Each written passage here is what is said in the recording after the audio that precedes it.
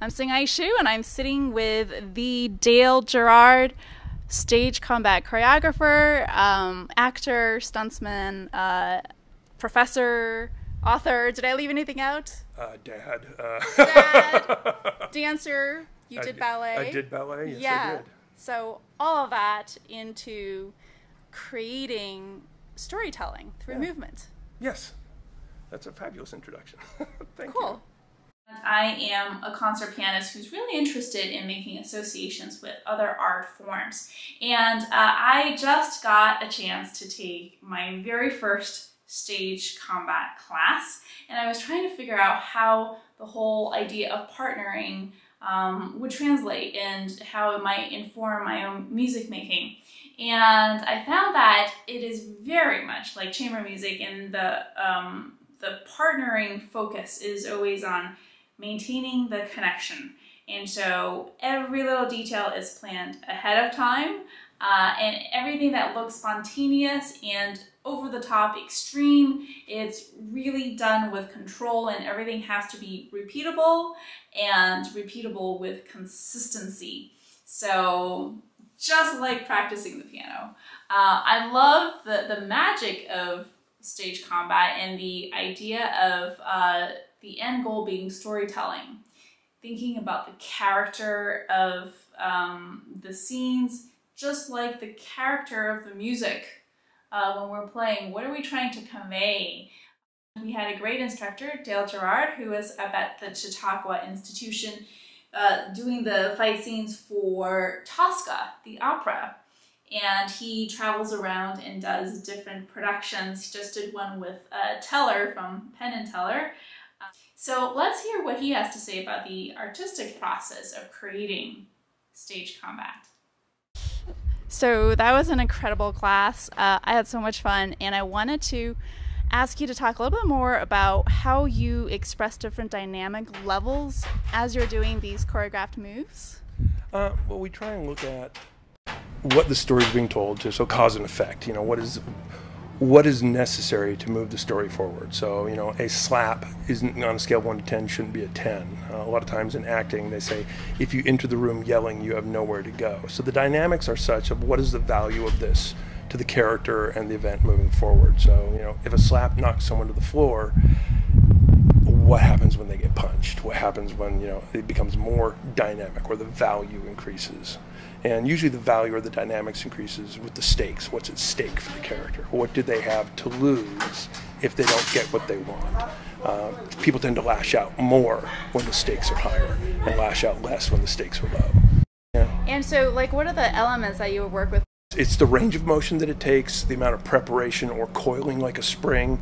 You know, if the lower body, if the core doesn't engage, if the body doesn't drop and the larger muscles don't amplify that action, it's not going to be as large of an event.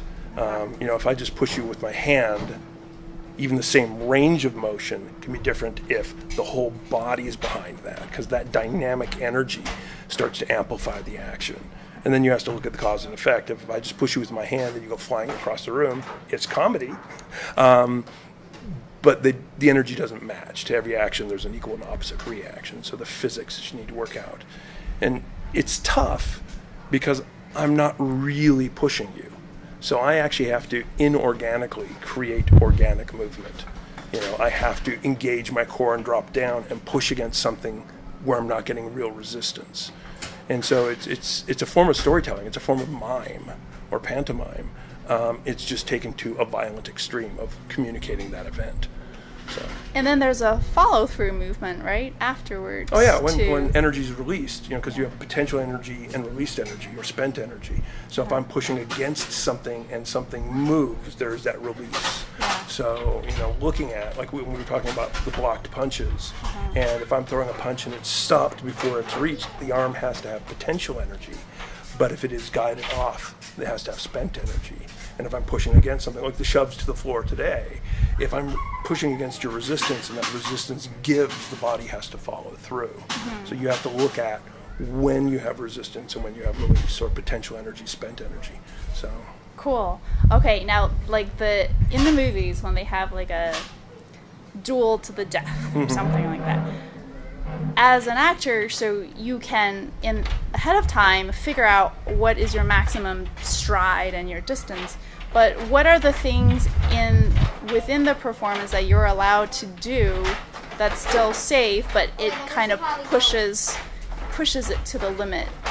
Well, I mean, we want the audience to fear for the character, not for the actor. So where we push it to the limit is going to be different based on what the actor can do and the story we're trying to tell, if that makes sense. But speed is one of those things where that flash of a blade moving quickly through space appears to carry more weight and energy than a slower, clunkier blade, a heftier, weightier blade. So if I want to sell a really vicious action, if it's heavy and slow, and then pick up the speed and wah, you can actually use the speed to get the audience off guard or off balance.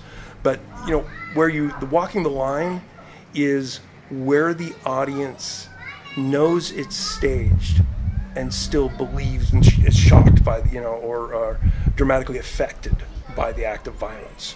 They're like, oh, they believed it enough that they viscerally responded, but not so much that they're concerned for the people on stage. And that's the line, is you want to push it to the point where they're really reacting, but to the story being told, not the thing they actually think is happening. Right. Does that make sense? Yeah. And then, the tools of expression you have, the weight, your body weight, your breath, your what else? Your direction. Yeah. So throwing force in the direction that doesn't hit your partner. Yeah. Timing. Timing. Communication is communication. Like you were learning, there were times that you went before your partner was ready or anything like that. And it's that communication, because unlike most other things that can be set up, is the timing in this has to happen in the now. So even if we rehearsed it last time and it was always this timing, if you're just slightly different today, I have to actually work with you as you give me that information, not as we had once given me that information. So it's really being so present that I react to what you're actually giving me. Does that make sense? Being in the moment. A lot of it is the patience, right? Yeah. Like waiting for the sound to happen before I react. Yeah. So waiting for the cueing to happen. It's very much like playing chamber music. Oh, is it? Yeah, exactly. All the same elements that we would have to use. Because it is, it's a collaborative work. Absolutely. In the moment. Absolutely, yeah. And you would never want to speed up more in performance than in rehearsal. Correct. Because and you will, however, see actors who do that. Yeah. Because adrenaline kicks in. And I'm sure young performers in quartets and like that will start to get caught up in the music and not be fully attuned or connected with the other instrumentalists. Right. And so... And I wonder if it's the same as in music, like when you're doing it, you're thinking about the other person's part and not your own. Because then your focus is on the timing with them. Yeah, and what in acting they call that putting the focus on the other. So if I'm truly engaged with you and what you're doing, then everything is responsive. So acting is interacting or reacting. And so that one of my acting teachers used to say, be interested in what you're doing rather than trying to make what you're doing interesting. So if I'm really focused on you and interested in a fight, in your motions and everything like that, then I'm constantly moving with you and in response to you versus just doing move to move. I'm trying to be impressive. Yeah. Right. Okay. One last question. How do you, as a stunts person, fall downstairs and not get hurt? Training. Padding. Training, but how do you train? Padding. And there are pads that you can wear. And it also depends on the set of stairs. There are some sets of stairs just with my body type and my size that, these stairs behind me would be very problematic because I'm going to run a bigger risk with the length of my body to get a limb caught in the rail or anything like that, where someone with a smaller carriage or smaller frame could get down that a little easier. So it really depends on the gag. When I'm going downstairs a lot, I like big, broad stairs, and you actually go down the stairs slow motion of what you're going to do, and you rehearse that pattern. And you figure out where you're going to hit? Yeah, and you try, and then, it's, 80% technique, 20% going for it. That's too much. Going for it. That's a lot of not being in control and just letting your body weight. Yeah, but I mean, that's also the training. I mean, you know, is you don't just go, well, I'm going to go downstairs. You get training, you go through it. I mean, like high falls, anything else. I do fire stunts, but I didn't just go, well, let's do fire stunts. I worked fire safety. I worked on film sets with other fire stunts and worked my way up to it, you know, to be able to get to that point. So, you know, whether it's going down the stairs, whether it's being set on fire, you know, it's about all the things that you put in place to keep you safe. You know, so if you've ever done the safeties, yes, it's still a stunt and it's still calculated risk, but you've calculated to the point where you feel like you are comfortable taking that risk. And, you know, the other thing is the insurance company for the film is comfortable with you taking that risk because they're going to look at what you've done and how you're setting it up. You actually have to do paperwork to tell the insurance company how the stunt's being established and how it's going to be performed before they do an insurance rider for the film, just for that reason, you know. So it's making sure you have qualified people and qualified technique. And as you are planning out in the moment, do you actually think about where you're going to inhale, exhale through the falls or through the motions? I would like to say I used to. I think now it's just kind of part of how I do it.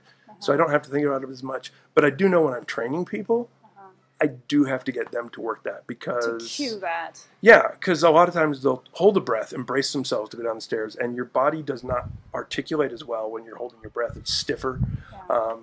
And, you know, so the more you're breathing out, the more your body's relaxed, the more you can actually move with the motion down the stairs. So...